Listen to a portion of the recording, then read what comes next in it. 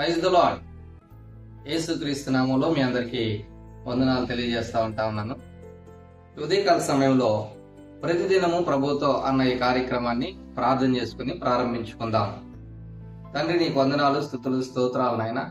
మరొక ఉదయకాల సమయమున మమ్మల్ని సజీవులుగా ఈ రీతిగా సమకూర్చినందుకు వందనాలు నాయన. మీ మాటలు వినాలని ఆశపడుతున్నా. మీ మెల్లనైన స్వరంతో మాతో మాట్లాడమని వేడుకుంటున్నాం. యేసుక్రీస్తు నామములో ప్రార్థించి వేడుకుంటాను తండ్రి, ఆమేన్. ప్రియమైన వారులారా, ఈ ఉదయకాల సమయంలో ఒక వాక్య భాగాన్ని మనం చదువుకుందాం. లూకా సువార్త 14వ అధ్యాయము 28 నుంచి 30 వచనం వరకు చదువుకుందాం. మీలో ఎవడైనా ఒక గోపురము కట్టింపబోరిన ఎడల దానిని కొనసాగించుటకు కావలసినది తన యొద్ద ఉన్నదో లేదో అని కూర్చుండి తగులుబడి మొదట లెక్క చూచుకొనిన ఎడల అతడు దాని పునాది వేసి ఒకవేళ దానిని కొనసాగింపలేకపోయినందున చూచి వారందరూ ఈ మనుషుడు కట్ట మొదలుపెట్టిన గాని కొనసాగింపలేకపోయినని అతన్ని చూచి ఎగతాళి చేయసాగుదురు. సో ఈ మాట మనం చదువుకుంటున్న వరంగా ఏమని అర్థం చేసుకోవచ్చు అన్నది మనం చూస్తే, ఏదైనా ఒక పని మనము ప్రారంభించాలన్నా లేదా మన జీవితాన్ని కొనసాగిస్తున్న విధానంలో అయినా ఒక మంచి చక్కటి ప్రణాళిక కలిగిన వారంగా మనం ఉండాలి.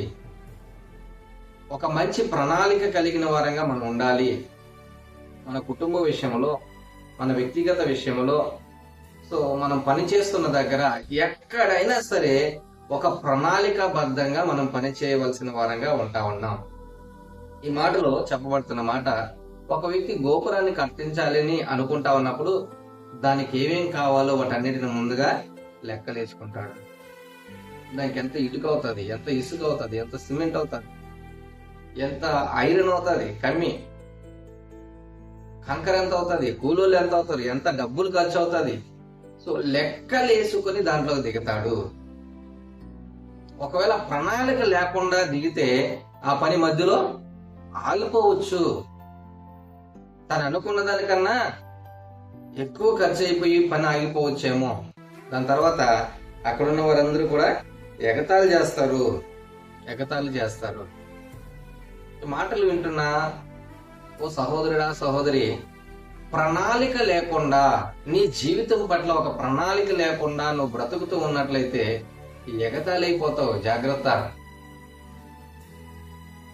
అవమానానికి, నిందకు అప్పగించబడతావు. జాగ్రత్త. ఏం ప్రణాళిక ఉంది నీ పట్ల, నీ జీవితం పట్ల ఒకసారి ఆలోచించే ఉదయకాల సమయంలో. ఇదిగో నేను ఇలా ఉండాలి అని నేను ఆల్రెడీ అనుకున్న పరిస్థితుల్లో నువ్వు ఉంటున్నావా? లేదు కదా. ప్రణాళిక అన్నది లేకుండా ఎందుకు ఉదయాన్నే లేస్తున్నావో, ఆ రోజుని ఏ విధంగా గడుపుతుంటున్నావో, మరలా ఎలాగ నువ్వు తిని గమ్మగా పడుకుంటున్నావో, మరలా రెండో రోజు ఎలా లేస్తున్నావో అసలు ఏమీ కూడా అర్థం కాని పరిస్థితిలో ఉన్నారు అనేక మంది. ప్రణాళిక లేకపోతే మన జీవితాలు పాడైపోతాయి. ఒక మాట చెప్పనా?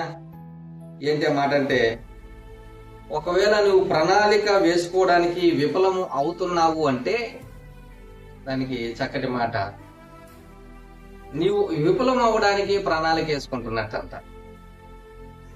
బాగుంది కదా. నువ్వు ప్రణాళిక వేసుకోవడానికి విఫలం అవుతా ఉన్నట్లయితే నువ్వు అసలు నాశనం అవ్వడానికే ప్రణాళిక వేసుకుంటున్నట్టంట. ఆలోచించి దేని విషయంలో నువ్వు ప్రణాళిక కలిగి ఉంటా ఉన్నావు? దేని విషయంలో ఒక మంచి ప్లాన్ కలిగి ఉంటా ఉన్నావు? ఏంటి అసలు నీ బ్రతికేంటి? ఎక్కడికి వెళ్ళాలనుకుంటున్నావు? ఏం చేయాలనుకుంటున్నావు? ఎలాగ గౌరవప్రదంగా సమాజంలో నువ్వు మెలగాలనుకుంటా ఉన్నావు? నిన్ను బట్టి కుటుంబము ఏ విధంగా సంతోషదాయకంగా సమాధానకరంగా ఉండాలి అని నువ్వు అనుకుంటా ఉన్నావు? వీటన్నిటికీ ఏదైనా ప్లాన్ ఉందా? ప్రణాళిక ఉందా? లేదు. దాని కిందే ఇంకొక మాట కూడా మనం చూడొచ్చు. 31వ వచనాన్ని మనం చూస్తే, మరియు ఏ రాజైనను మరి యొక్క రాజుతో యుద్ధము చేయబోనప్పుడు తన మీదకి 20,000 మందితో వచ్చువానిని 10,000 మందితో ఎదిరింప శక్తి తనకు కలదో లేదో అని కూర్చుండి మొదట ఆలోచింపడా? శక్తి లేని ఎడల అతడింకనూ దూరముగా ఉన్నప్పుడే రాయబారము పంపి సమాధానము చేసుకుని చూచును కదా. ఎస్, ఒక యుద్ధాన్ని పోజు చూసుకోవాల్సిన పరిస్థితి. ఎదురుగా వస్తున్న రాజు, యుద్ధానికి వస్తున్న రాజు, ఆయన దగ్గర ఎంత సైన్యం ఉంది? ఒకవేళ 23,000 మంది సైన్యం ఉంటే, అరే మన దగ్గర ఎంత సైన్యం ఉంది? మన దగ్గర 10,000 మంది ఉన్నారు. ఈ 10,000 మందితో నేను ఎలాగో వారి మీద పోరాటం చేయగలను? గెలవగలనా? గెలవలేనా? ఒకవేళ గెలవలేకపోతే ఆయన వచ్చేస్తా ఉన్నాడు, మధ్యలోనే రాయబారం పంపించి సమాధాన పడిపోతే బాగుంటది కదా. ప్రణాళిక. శత్రువు ఏ రీతిగా మన మీద దాడి చేస్తాడో తెలియదు. అపవాది ఏ రీతిగా మనల్ని దిగజార్చాలనుకుంటాడో తెలియదు, నాశనం చేయాలనుకుంటాడో తెలియదు. ఏంటి నీ ప్లాన్? ఏంటి నీ ప్రణాళిక? ఏంటి? ఎలాగ వాడిని జయించాలనుకుంటున్నావు? ఏ విధంగా వాడి మీద విజయాన్ని పొందుకోవాలనుకుంటున్నావు? ఉందా ప్లాను? విశ్వాసి అయిన ఓ సహోదరుడా, విశ్వాసి అయిన ఓ సహోదరి, ప్లాన్ ఉందా? శత్రువును ఏ రీతిగా నువ్వు జయించాలో, ఎలాగ ఓడించాలో ప్లాన్ ఉందా? లేదు. ప్రణాళిక కలిగి ఉండడము అది దేవుని దృష్టిలో చాలా మంచిది. అది దేవుని పద్ధతి, ప్రణాళిక కలిగి ఉండడం అన్నది. కాబట్టి ఈ ఉదయకాల సమయంలో ఒక నిమిషం నువ్వు ఆలోచన చేయి. నీ జీవితం పట్ల నీకు ఏ విధమైన ప్రణాళిక ఉంది? దేవుడు నీకు ఇచ్చిన ఈ జీవితాన్ని నువ్వు ఎలాగా కొనసాగించాలనుకుంటా ఉన్నావు? అనేక మందికి ఆశీర్వాదకరంగా, మాదిరికరంగా, దీవెనకరంగా, దేవుని నామానికి మహిమకరంగా ఏ రీతిగా నువ్వు నీ జీవితాన్ని కొనసాగించాలనుకొని ప్లాన్ వేసుకొని ఉన్నావో ఆలోచించి. ప్లాన్ ఏది లేకపోతే నువ్వు విఫలం చెందడానికే ప్లాన్ వేసుకున్నావని గుర్తుపెట్టుకో.